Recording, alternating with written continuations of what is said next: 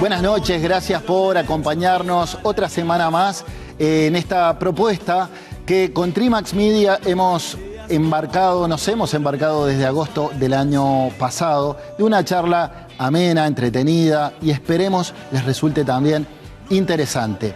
Esta noche el invitado es un abogado penalista de 40 años que se presenta como la renovación del histórico Partido Colorado. Esta noche seré curioso con el precandidato del Partido Colorado, el doctor Andrés Ojeda.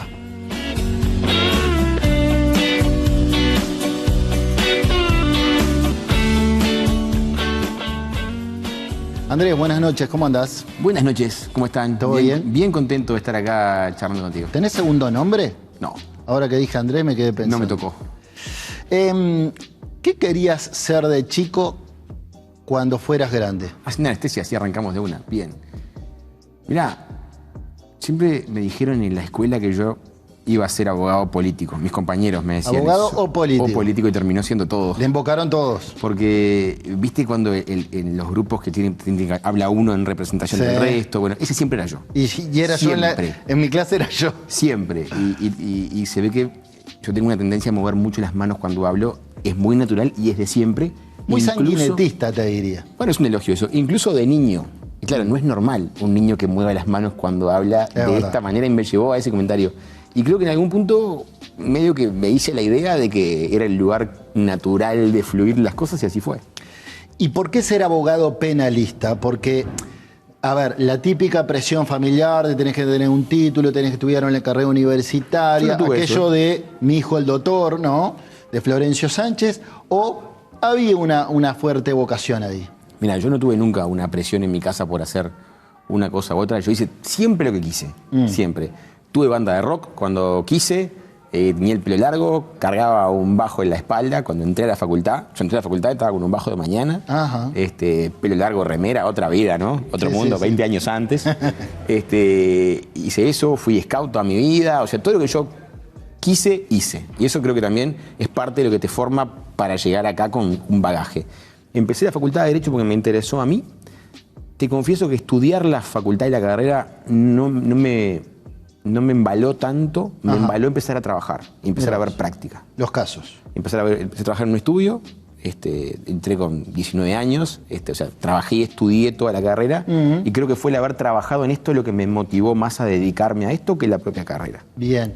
¿Y cuál fue el caso más difícil en el que te tocó laburar, en el que te tocó trabajar? Has trabajado en algunos casos importantes, Sí. mediáticos.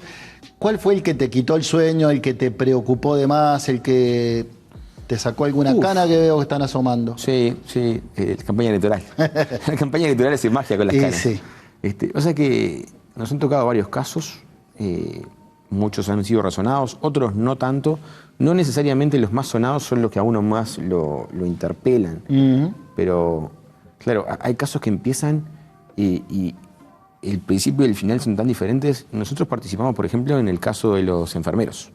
Sí. En su momento, que cuando 2012. 2012 yo entré un poquito Lo después. recuerdo porque era el primer año de Santo Iseña. Yo entré un poquito después en el caso a sustituir a otra defensa que estaba desde antes con uno de mis socios. Y claro, era la vida de una persona interpelada a 100% que después terminó absuelta, pero estuvo un año y medio presa. Sí.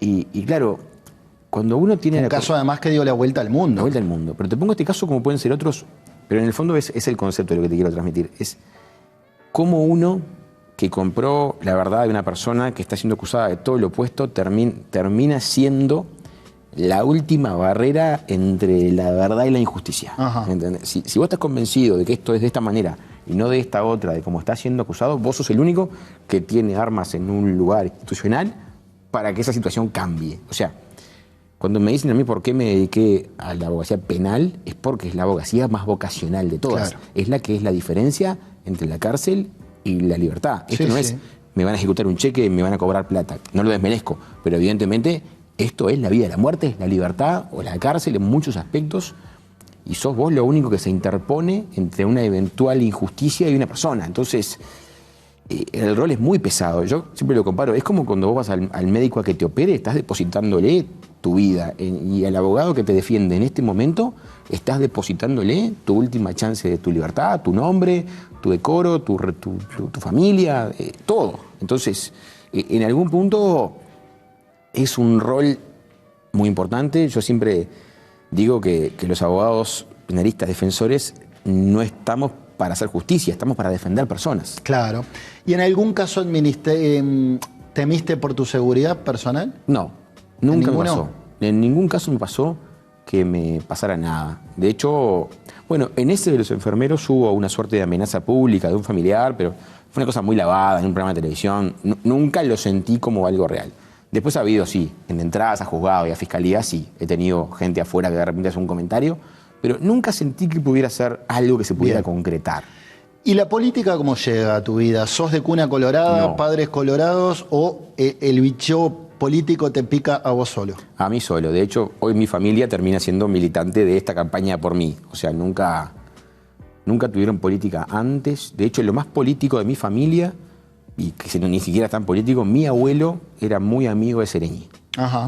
Pero de antes de la dictadura, de su etapa militar. Muy amigos de que familias que De veraneaban. cuando Sereñi era más ballista, colorado, ¿no? Veraneaban juntos, incluso en Punta del Este, y de hecho, bueno, cuando Sereñi es liberado, el día que da el discurso en el balcón famoso, Sí. de los pocos que entran a su apartamento son mi abuelo y mi padre. Mirá de vos. hecho, tengo que buscar la foto porque sé que está en algún lugar, porque yo la vi, de ese balcón, de ese living, ese día, y de hecho, mi abuelo, antes de fallecer, que fallece apenas después de Sereñi, en el mismo año, fue invitado a inaugurar el comité de base que queda ahí a unas cuadras de la casa de ellos, que se llama Liber Sereñi, y lo inaugura él como invitado especial por amigo de él. Mirá vos. Y de hecho mi abuelo jamás me hizo un comentario de por qué yo había elegido ser colorado o algo por el estilo, sino que al contrario, contento de que yo participara. Bien.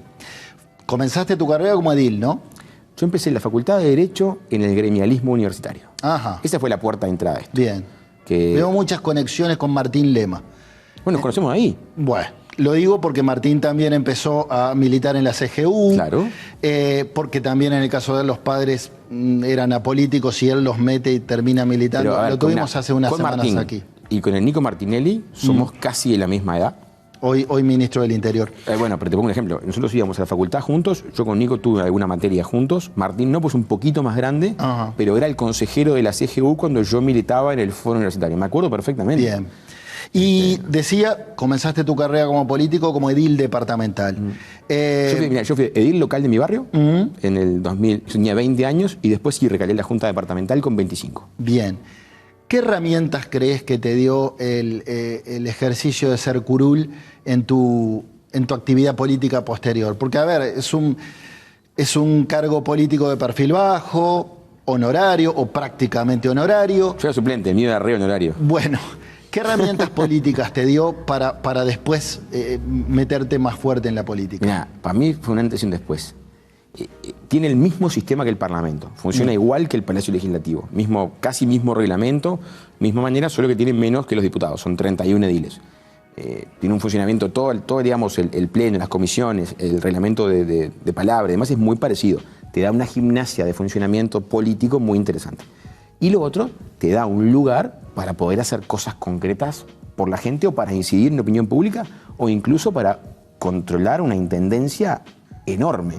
Fíjate que la Junta es el contralor del monstruo de Montevideo, que es la intendencia de la mitad del país, o sea, con recursos realmente importantes, gobernada por el mismo partido político durante mucho tiempo, lo cual te genera una suerte de anquilosamiento, y una cosa de modorra y de pereza importante que tiende a profundizar a veces cosas que el cambio de gobierno te dinamiza. Entonces, el control se torna mucho más importante. De hecho, hasta el día de hoy me pasa.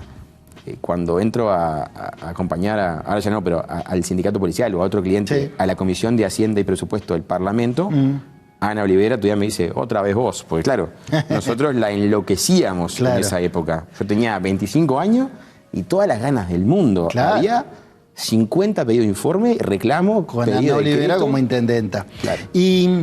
¿Y qué enseñanzas te dejó la pasada campaña por las elecciones departamentales en Montevideo? Eras uno de los candidatos a intendente suplente de un equipo que lideraba Laura Raffo. ¿Qué te dejó esa campaña? Bueno, yo creo que fue una campaña particularmente interesante porque fue bien distinta. Es la primera vez en la historia que en Montevideo esta coalición va con una candidatura única, donde los candidatos, en lugar de ir en horizontal, vamos en vertical. O sea, es un cambio importante. Nos obligó a tener una suerte de interacción nuestra bien aceitada. Creo que eso funcionó, por lo menos en el caso mío con Laura, bastante bien. Nos permitió, aparte, tener un impacto de propuesta mucho mayor, porque no eran tres, era una hipercontundente. Tomamos roles, yo creo, bueno, recorrimos Montevideo de punta a punta, interactuamos con toda la estructura departamental de la coalición de los demás partidos. Yo creo que la enseñanza es que fue una campaña de primera línea que nos tuvo en un protagonismo directo. Pero si uno pasa raya, voy a ser malo, si uno pasa rayo, volvió a ganar el Frente Amplio y ni aún todos unidos lograron derrocar yo creo que en el fondo, un gobierno Frente Amplio. Todos unidos fue perjudicial en lo electoral. Fue bueno para la coalición como funcionamiento, pero malo en lo electoral. Ajá. Yo creo que no le dimos a la ciudadanía amplitud de decisión. De repente había gente que no quería votar al Frente Amplio, pero en tres opciones del Frente Amplio que se tenía más abanico que en una sola del otro lado. Por ejemplo, si hubiéramos dado tres opciones, capaz que nos iba mejor. Por ejemplo, yo creo que para la que viene es claro que la candidatura única no va más. Habrá tres sí o sí. Y digo tres y no más porque el máximo que permite la Constitución es tres. O sea, ¿entendés que es menester un cambio en la estrategia? Sí. Para acceder al gobierno de Montevideo. Sí, porque tenemos que dar un abanico, tenemos que dar góndolas, porque la gente que no quiere comprar un producto tiene que tener alternativas. Y creo que a veces de repente al no dar alternativas obligamos a mirar en la góndola del otro lado aunque no le encante el producto. ¿Y te interesaría ser intendente? Bueno, hoy estoy en otra carrera, evidentemente, carrera que me veta de la otra carrera, ¿de acuerdo? Porque en la medida que el clima cambia, hasta que no. Así que hoy me interesa ganar la interna. Está bien. De eso vamos a hablar más adelante, cuando volvamos de la primera pausa de esta charla con el doctor Andrés Ojeda, precandidato al Partido Colorado en la noche de Seré Curioso.